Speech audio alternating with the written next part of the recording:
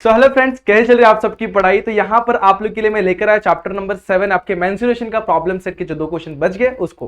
तो ठीक है, तो यहाँ पर आप लोग सोचेंगे राहुल सर क्यों नहीं है। तो राहुल सर की थोड़ी सी तबीयत में थोड़ी सी अच्छी नहीं है, तो इन्होंने मुझे बोला कि दोस्त आप मैं बना दूं आप लोग के लिए ये वीडियो। तो यहाँ पर मैं आप लोग के लिए लास्ट के 2 बचे हुए क्वेश्चन लेकर आऊँ। ठीक है, तो इन सारे क्वेश्चन को आप लोग को अगर समझना है तो बने रहे वीडियो के अंत तक। तो कैसे आप सभी लोग, I hope you are fine. तो मैं स्वागत करता हूँ आपका आपके यूट्यूब चैनल यानी जेआर ट्यूटोरियल्स पर। तो यहाँ पर आप लोग के लिए लेक्चर नंबर 7 यानी प्रॉब्लम सेट 7 का लेक्चर नंबर 7 और जहां पे क्वेश्चन नंबर 10 और 11 देखकर अपन इसको कंप्लीट कर देंगे। लेकिन इससे पहले आप लोगों को मैं बता दूं कि अभी तक आपने हमारे जेआर ट्यूटोरियल्स के इंस्टाग्राम पे अगर अभी तक आपने हम लोग को फॉलो नहीं किया हो तो यहाँ पे जाके आप सिंपली मुझे हम लोग को फॉलो कर सकते हैं। और साथ ही साथ आप लोग को एक और सजेशन है कि डाउनलोड कर लीजिए हमारा एप्लीकेशन जेआर ट्यूटोरियल्स का, क्योंकि वहां पे बहुत सारे कुछ वीडियोस आप लोग के लिए अवेलेबल है फ्री में। तो आप लोग को वो चीजें भी हेल्पफुल हो सकती है आगे भी, और बहुत सारे नोट्स भी वहां पे आप लोग को मिल जाएंगे। ठीक है, और साथ ही साथ हमारा टेलीग्राम चैनल भी ज्वाइन करेंगे, बहुत सारे नोट्स हम लोग वहां पर भेज देते हैं ताकि आप लोग को फ्री में सारे के सारे नोट्स अवेलेबल हो जाए। ठीक है, स्टार्ट करता हूं वीडियो। अब आप लोग को बहुत सारी चीजें तो पहले से पता होंगी। अब इन क्वेश्चन को अगर आप लोग को समझना है तो आप लोग को बेसिक चीजें पता नहीं, जैसे एरिया ऑफ सेक्टर, बाद में एरिया ऑफ ट्राइंगल किस तरीके से फाइंड करना होता है, वो सारी चीजें पता होनी चाहिए। मुझे फाइंड करने बोला क्वेश्चन में कि find the area of shaded region. ये रीजन दिख रहा है आप लोगों को, ये रीजन का मुझे एरिया फाइंड आउट करना है। तो फाइंड आउट करने के लिए सबसे पहले मैं क्या करता हूँ, यहाँ पर एक पॉइंट कंसिडर कर लेता हूँ। यहाँ पे एक पॉइंट कंसिडर कर लेता हूँ एम, कंसिडर कर लिया मैंने एम। अगर आप लोग को दिख नहीं रहेगा तो मैं अलग कर लेता हूँ थोड़ा सा, जो इसके ऊपर दिखाई दे। ठीक है, तो एम करके मैंने इसके ऊपर एक पॉइंट लिया हुआ। यहाँ पर ये पॉइंट कौन सा है दोस्तों, एम है। ठीक है, अभी मैं स्टार्ट करता हूँ यहाँ पर। तो सबसे पहले क्वेश्चन में हम लोग को फाइंड करना है एरिया ऑफ शेडेड रीजन। वो कैसे मिलेगा दोस्तों, एरिया ऑफ सेक्टर में से, पूरे के पूरे सेक्टर में से जब मैं एरिया ऑफ ट्रायंगल माइनस कर दूंगा तो मुझे क्या मिल जाएगा, area of that shaded region मिल जाएगा, मतलब एरिया ऑफ सेगमेंट मिल जाएगा। वो फाइंड आउट करना कैसे मिलेगा, आप सबसे पहले area of triangle find out करते हैं। फॉर्मूला होगा half into base into height. मेरे पास हाइट है लेकिन बेस नहीं है। उसी के साथ साथ मुझे एरिया ऑफ सेक्टर भी निकालना है।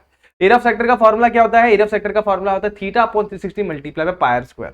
मेरे पास रेडियस है, पाई की वैल्यू मुझे पता है लेकिन थीटा की वैल्यू मुझे पता नहीं है। तो यहाँ पर 2 चीजें मुझे फाइंड आउट करनी पड़ेंगी। सबसे पहले मुझे बेस फाइंड आउट करना पड़ेगा और दूसरा मुझे फाइंड आउट करना पड़ेगा थीटा। थीटा फाइंड करना बहुत आसान है, वी नो, मुझे पता है। देखो ये अगर मैं यहाँ पे ध्यान दूं मुझे सबसे पहले ये एंगल मिलेगा, इसको मान लेता हूँ थीटा 1। तो कॉस थीटा 1 लिखता हूं। कॉस क्यों लिखा, साइन क्यों लिखा, tan क्यों लिखा। अब देखो थीटा का ये एडजेसेंट है और यहां पर अगर मैं 90 डिग्री बनाऊं तो ये क्या हो जाएगा, हाइपोटेनस हो जाएगा। ठीक है, तो यहां पर हम लोग को मिल जाएगा, ये क्या मिल जाएगा, cos थीटा 1। अब यहां पर मिल जाएगा pm अपॉन AP, ऐसे लिख सकता हूं, pm अपॉन AP लिख सकता हूं, राइट है यहां तक। अब cos थीटा 1 मैं वैसे ही रखता हूं। pm की वैल्यू कितनी दोस्तों, 4 है, तो यहां पर मैं 4 लिखता हूं। यहां पर AP की वैल्यू है 8। कितना हो गया, 1/2 cos थीटा 1। अब cos की कौन सी वैल्यू 1/2 याद करनी है, तो आप लोग को टेबल पे जाना, सर्च करना है। टेबल पे जाके सबसे पहले cos की कौन सी वैल्यू 1/2 होती है, तो साइन की होती है 30, तो cos की होगी 60।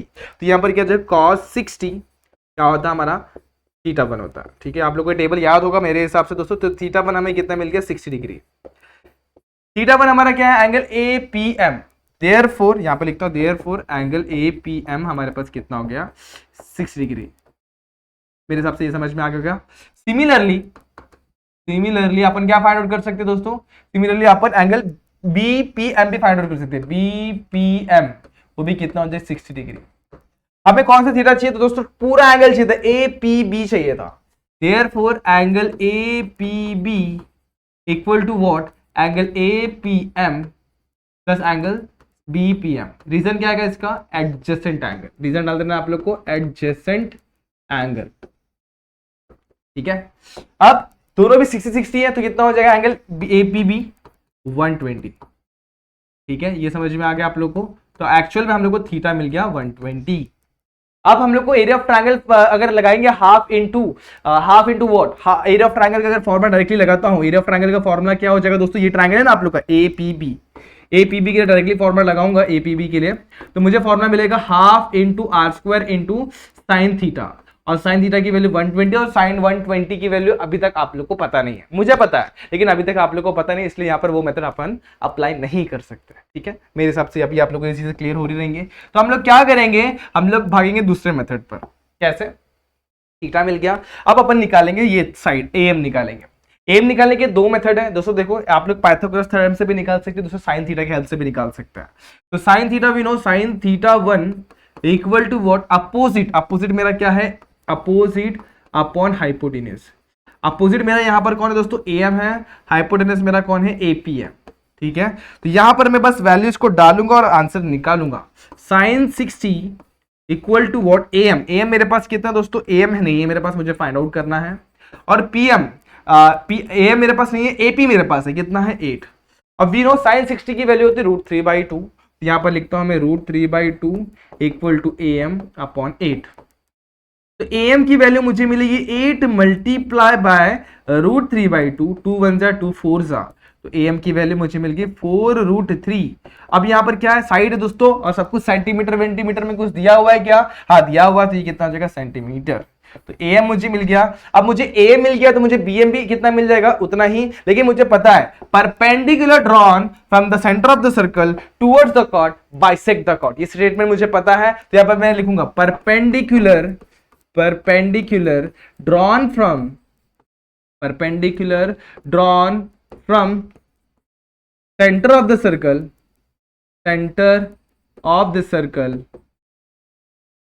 towards the chord bisects the chord।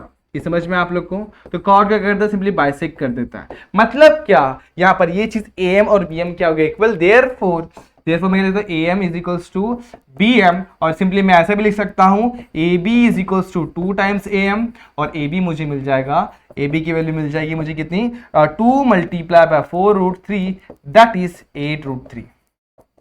अब √3 की वैल्यू हमें पता होती है 1.73 सेंटीमीटर, लिख दो यहाँ पर। तो मुझे AB भी मिल गया, अब मुझे थीटा भी मिल गया। ठीक है, अब मैं निकालूंगा क्या, एरिया ऑफ शेडेड रीजन। अब वो कैसे मिलेगा, तो ये आप लोग को पता है, एरिया ऑफ शेडेड रीजन यानी कि एरिया ऑफ सेगमेंट क्या हो जाएगा दोस्तों, area of sector minus area of triangle, अब यहां पे सेक्टर हमारा क्या, सेक्टर का नाम लिख लेते हैं। सेक्टर है हमारे पास दोस्तों, ध्यान देते हैं PAB, यहां पर एक चाहिए तो आप लोग एक और पॉइंट लिख लो दोस्तों, उसका नाम मैं रख देता हूं O, तो यहां पर रख देते हैं अपन POAB। ठीक है, तो PAOB हमारा क्या हो गया, सेक्टर, तो P-OAB AOB करके इस तरीके से लिख दो। और ट्रायंगल हमारा क्या है दोस्तों, ट्रायंगल का नाम आप लोग ये रख सकते हैं, ट्रायंगल का नाम है PAB, तो यहां पर लिखेंगे अपन एरिया ऑफ ट्रायंगल PAB।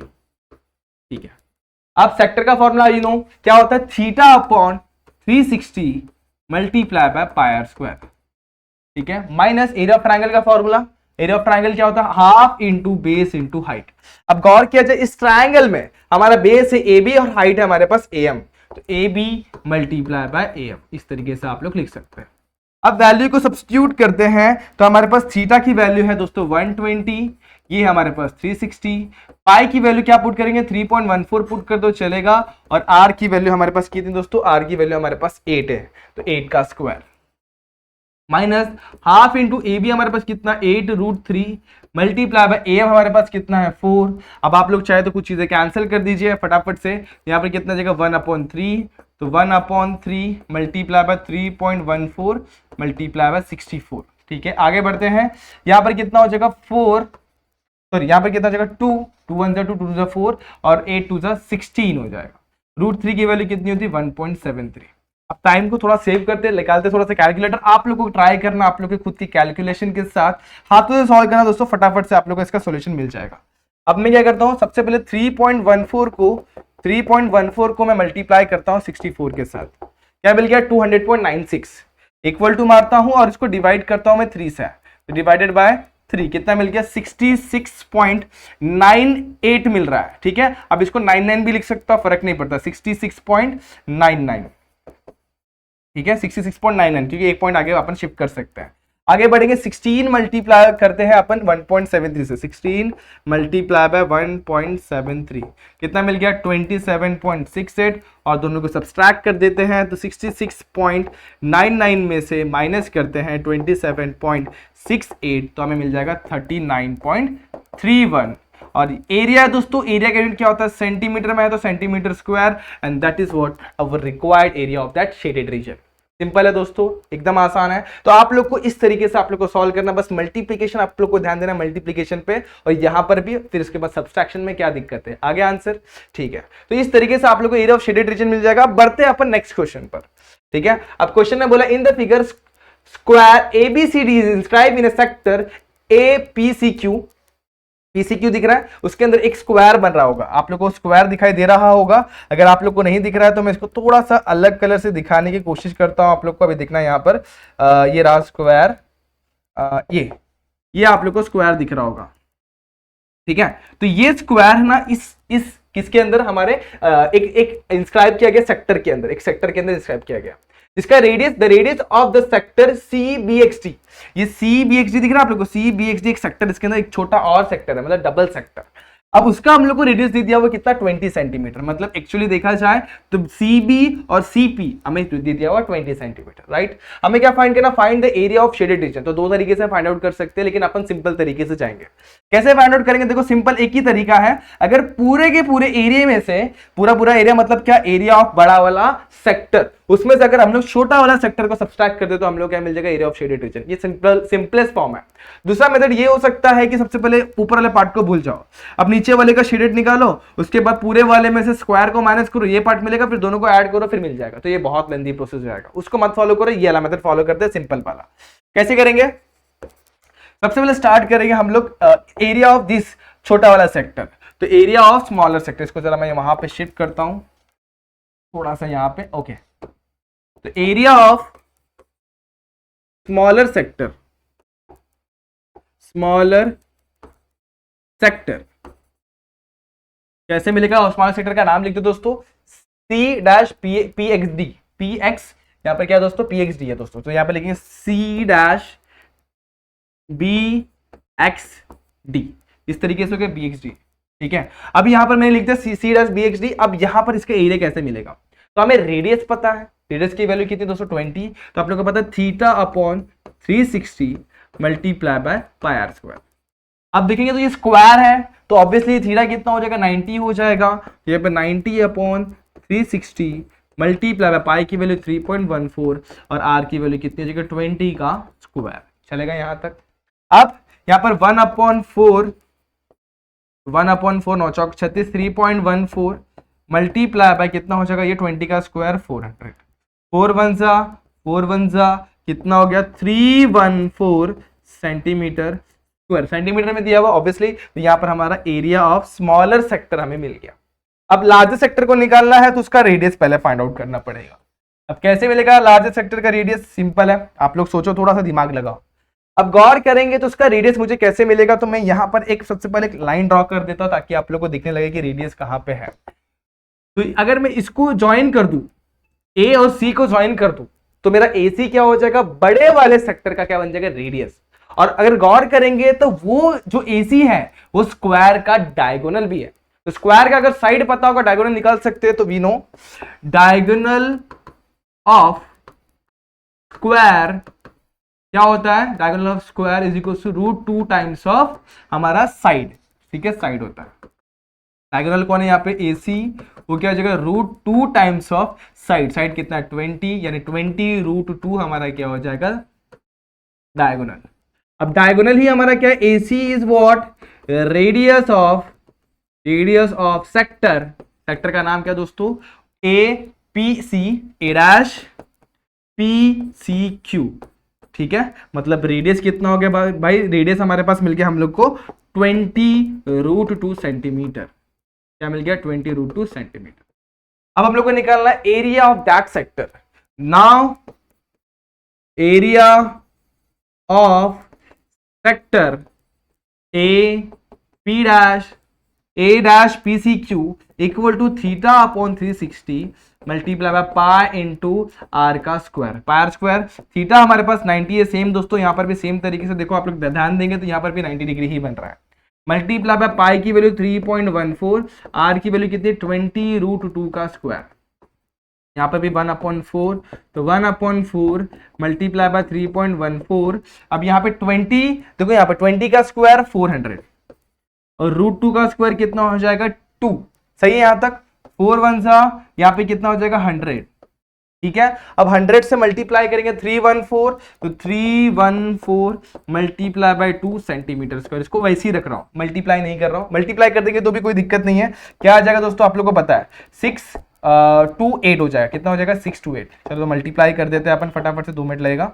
तो 2 मल्टीप्लाई करेंगे इससे, तो 2 4 8, 2 और 628 सेंटीमीटर स्क्वायर। तो ये हम लोग को मिल गया एरिया ऑफ लार्जर सेक्टर। हमें क्या निकालना है, एरिया ऑफ शेडेड रीजन। तो बस एक स्टेप और दूरी है दोस्तों। तो area of shaded region, shaded region कैसे मिलेगा, एरिया ऑफ सेक्टर, बड़ा वाला सेक्टर का नाम क्या दोस्तों, ए डैश। ए डैश का नाम तो दोस्तों पी एक्स क्या था, पी सी क्यू। तो यहां पे लिखेंगे P C Q minus area of sector. वहां पे क्या आ जाएगा दोस्तों, एरिया ऑफ सेक्टर। अभी देखो छोटा वाला सेक्टर का नाम क्या है दोस्तों, सी डैश बी, यहाँ पे एक्स और डी, तो B X D, C dash B X D.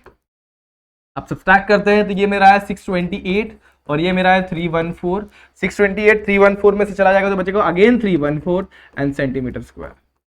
इस तरीके से हम लोग को हमारा एरिया ऑफ शेडेड रीजन मिल जाएगा। ठीक है, तो होप ये क्वेश्चन भी आप लोग को समझ में आ गया रहेगा। इजी था दोस्तों, बड़े ही सिंपल तरीके से हम लोग ने फाइंड आउट किया हुआ है।